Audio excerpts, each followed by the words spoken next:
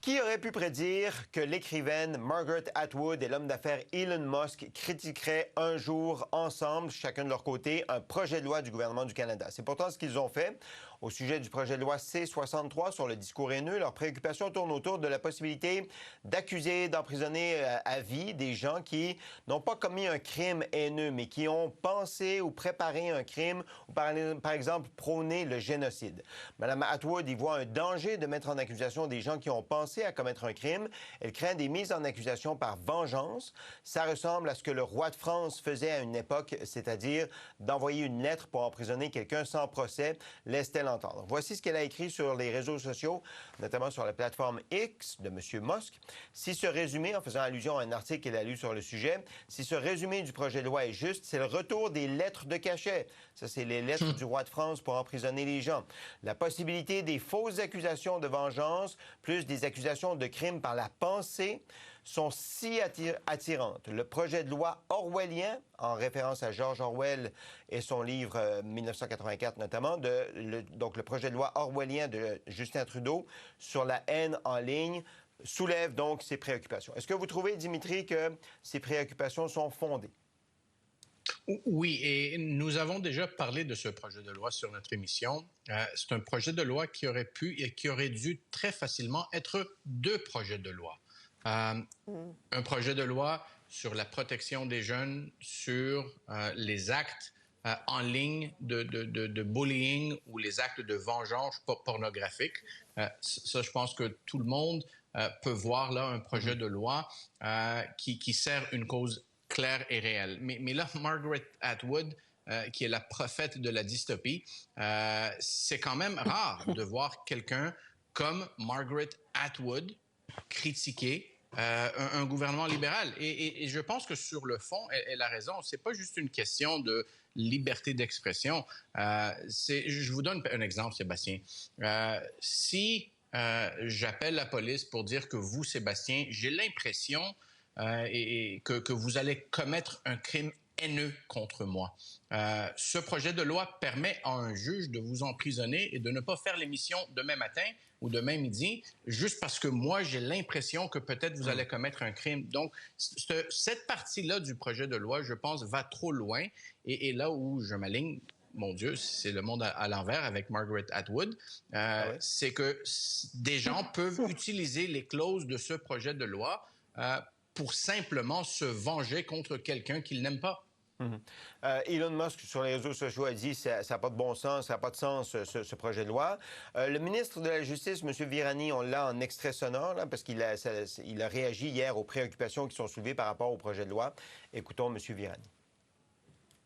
Nous, on a décidé de mettre en place une définition de la haine. Donc, c'est plus facile en anglais, mais ça ne traite pas le contenu qui est awful but lawful. Est-ce que notre définition de haine, ça touche la définition qui était déjà établie par le Cour suprême du Canada? Donc, c'est pas moi, c'est pas Julie, c'est pas le cabinet, c'est pas le Premier ministre qui a inventé une nouvelle définition de la haine. OK, donc c'était un peu difficile à entendre, mais il dit on ne veut pas, Françoise, légiférer sur ce qui est horrible mais légal, c'est-à-dire awful but lawful, c'est l'expression qu'il a utilisée. Est-ce que ça vous rassure? Est-ce que vous pensez que ça détricote les préoccupations de Mme Atwood sur l'espèce d'arbitraire autour de ce projet de loi? Françoise. Bien, c'est pas aussi clair que le ministre de la Justice semble le sous-entendre. Puis c'est pas parce que la Cour suprême du Canada a pondu des décisions sur sa définition de la haine, puis que le gouvernement reprend la définition, que c'est nécessairement clair, parce que les choses évoluent parfois. Et même la Cour suprême aura probablement un jour à se repencher sur d'autres situations. Ici, le gouvernement libéral réintroduit ce que les conservateurs ont travaillé tellement fort lors du dernier mandat de Stephen Harper de 2011 à 2015, c'est-à-dire de retirer de la Commission canadienne, d'entre les mains de la Commission canadienne des droits de la personne, certaines analyses puis certaines plaintes où souvent on voyait des gens qui n'aimaient pas ce que quelqu'un disait, déposer une plainte en disant « parce qu'il dit ça, moi je me considère diffamé et je considère que ça fomente de la haine » et puis après ça, ça partait des balles. Il y en a qui ont perdu leur chemise. même si je m'objectais à l'époque parce que je trouvais que c'était triste qu'on s'en remette qu'au code criminel pour légiférer et réglementer certaines situations absolument épouvantables qui, des fois, ne méritent pas nécessairement une peine criminelle, mais méritent peut-être une peine monétaire, etc. Alors, mon débat se situait beaucoup plus à ce niveau-là, mais il y aura toujours des gens qui vont essayer de jouer avec tout ça. Je pense que la sortie de Margaret Atwood, même d'Elon Musk, qui n'est pas nécessairement mon préféré, vont nous forcer à réfléchir. C'est pour ça que le projet de loi s'en va en comité. Même les conservateurs marchent sur des coquilles d'œufs avec le projet de loi, parce que, comme le dit si bien Dimitri, comme on a tout mis dans le projet de loi, les infractions contre les enfants, etc., ça brasse large. Alors peut-être, j'espère que le comité, en dehors de la partisanerie, va décider, le comité de justice va décider de peut-être scinder en deux le projet de loi et de le retourner à la Chambre de cette façon-là. Et là, on verra probablement un Parti conservateur plus agressif sur la partie de la haine, sur la partie de la liberté d'expression. Là, ils sont un peu liés parce que s'ils vont tout azimut, ben, ils se font dire « Ah, ben, vous n'êtes pas là pour protéger nos enfants. » Puis ça ne fait pas partie de l'image que Pierre Poilievre veut donner au moment où on se parle. Jean-François. Alors, je comprends très bien ce que le ministre a dit. Il dit, écoutez, ce qu'on a mis là-dedans, c'est essentiellement, on a codifié la jurisprudence. Et ça arrive très souvent que des législateurs codifient la jurisprudence dans une loi. Maintenant, le problème, c'est qu'ils laissent encore beaucoup de latitude à des juges pour que les juges changent d'avis. Puis les juges changent d'avis régulièrement. Et donc, c'est encore une fois, je trouve, une abdication de la souveraineté parlementaire. On a des élus, on leur demande de prendre des décisions difficiles, puis de ne pas renvoyer ça à des juges qui ne sont pas élus et qui peuvent changer de position. Regardez le suspense qu'on a eu pendant des années à savoir si Mike Ward avait fait de la discrimination en faisant une blague de très, très mauvais goût sur un handicapé. Alors, on ne le savait pas, on était en incertitude face à ça, puis ça pouvait avoir un impact très important sur la liberté de l'humour. Bon, finalement, il y a eu gain de cause. Mais comme le dit Françoise, en fait, il y a des gens, il y a des milliers d'organisations au Canada et aussi au Québec qui sont des militants de la censure, qui veulent empêcher des gens de dire du mal de leur groupe, de leur religion, de leur association, de leur racine, et ils essaient constamment avec des commissions de droits de la personne qui leur offrent une oreille attentive, parfois trop, et auprès de juges, d'essayer de limiter la liberté d'expression. Alors, si le gouvernement était sérieux, il prendrait ce débat-là de front et dire, bon, ben, écoutez, on va être plus précis, puis on va indiquer ce qui n'est pas de la haine. On va circonscrire le rôle final du juge en disant, ben regardez, Mme Atwood, vous pouvez insulter qui vous voulez.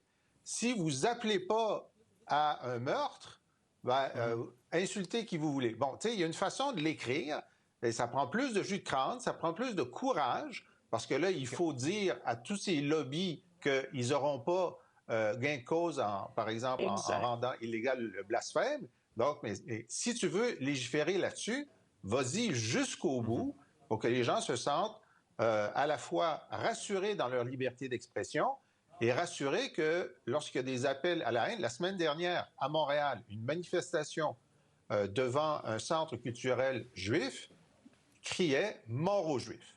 Mort aux Juifs. C'est ça qu'ils criaient la semaine dernière à Montréal. Alors, moi, je veux savoir quand les gens vont être accusés d'appel au meurtre. Parce que ça, c'est pas une insulte, là, c'est un appel au meurtre. Alors, donc, il faut bien distinguer les deux. C'est possible si on a une colonne vertébrale. Dans le fond, c'est où trace-t-on la ligne, Michel, entre la haine et la liberté d'expression? C'est comme cette ligne qui est difficile à tracer. Exact. C'est extrêmement difficile, mais dans le cas de cette loi-là, ma compréhension, c'est que sans preuve, on se fie sur l'intention supposée de quelqu'un. Et là, ça peut signifier une peine d'emprisonnement, puis là, une peine d'emprisonnement à vie. Bon, je comprends qu'on va, j'imagine, dans l'application, le faire si, par exemple, on soupçonne que cette personne-là a des intentions d'appeler, par exemple, à un génocide. Mais là, on est rendu dans des situations extrêmes, puis on est rendu dans la question que ça pose, c'est comment on va appliquer cette loi-là. Comment on peut arrêter quelqu'un, l'emprisonner strictement en essayant de démontrer qu'il avait une réelle intention, mais sans avoir de véritables preuves, de preuves infaillibles sur cette intention-là. Alors, il me semble que, en tout cas, je suis pas issue du monde judiciaire, mais ce que ça veut dire, c'est qu'effectivement, ça va générer des procès sans fin ou des querelles sans fin, juridiques oui, sans fin. Alors, à mon avis, c'est mal ficelé. Et moi qui n'ai pas une fan de Pierre Poilievre, ben, je dirais à Dimitri de dire à ses amis conservateurs de faire ce qu'il prône. Oui, qu'il réclame une scission du projet de loi. Parce que, comme dit Françoise, M. Poilievre, peut-être qu'il marche sur des œufs, mais s'il réclamait cette scission du projet de loi pour qu'on puisse d'abord commencer à protéger les enfants de l'intimidation, des discours haineux et de la pornographie comme telle en ligne, bien, déjà, on clarifierait la situation, ça serait plus clair, ça serait plus facile. Voilà. Puis M. Poilievre et les conservateurs auraient un impact probablement plus positif. Et on travaillerait sur ce qui fait l'unanimité. Dimitri, en conclusion. Oui, bien, premièrement, depuis que je suis devenu analyste politique, mes conseils sont gratuits sur la place publique pour tout le monde. Bravo, Dimitri. Je te taquine, Dimitri. Je te taquine, Dimitri. Et vous? Non, je sais. Non, je ne prends pas ça mal du tout. Mais encore une fois, parlons du ministre de la Justice. Premièrement, c'est quelqu'un qui a déjà œuvré à la Commission canadienne des droits de la personne. Il a aussi œuvré à la Commission des droits de la personne à Montréal. Mais je vais finir avec ceci. C'est un ministre qui est inexpérimenté. Il est ministre que depuis moins d'1 an. Avant ça, il était simplement sans aucune insulte au secrétaire parlementaire, mais il n'était que secrétaire parlementaire. Et ce qu'on me dit dans les officines gouvernementales, c'est quelqu'un qui est vraiment borné. Et là, on va voir si son manque d'expérience comme ministre va lui... Écoutez, c'est quand même... Ça prend un effort colossal, monumental, pour unir la droite et la gauche. Contre un projet de loi. Ouais. Sur ce projet de loi. Et ce que nous sommes en train de voir de façon quand même assez unanime, que tout le monde, de Margaret Atwood à Elon Musk, là, tu parles de la gauche-gauche à la droite-droite. Ouais. Mais il faut rajouter que la loi ne sera pas adoptée avant l'élection en 2025. C'est pour ça que je pense que pour plusieurs, parce que c'est tellement... Ça va mourir au feuilleton. Puis si ça passait toutes les étapes de la Chambre des communes, je doute fortement que ça passe les étapes au sein du Sénat. Et dans ce contexte-là, il n'y a pas assez de temps qui reste pour faire toutes les analyses en profondeur. Alors, les conservateurs jouent la carte de ne pas avoir l'air trop anti-rien, là, pour ne pas se mettre personne à dos, puis avec probablement raison, parce que ça ne se rendra pas au bout. Moi, je serais vraiment surprise. Autrement dit, ils choisissent leur bataille.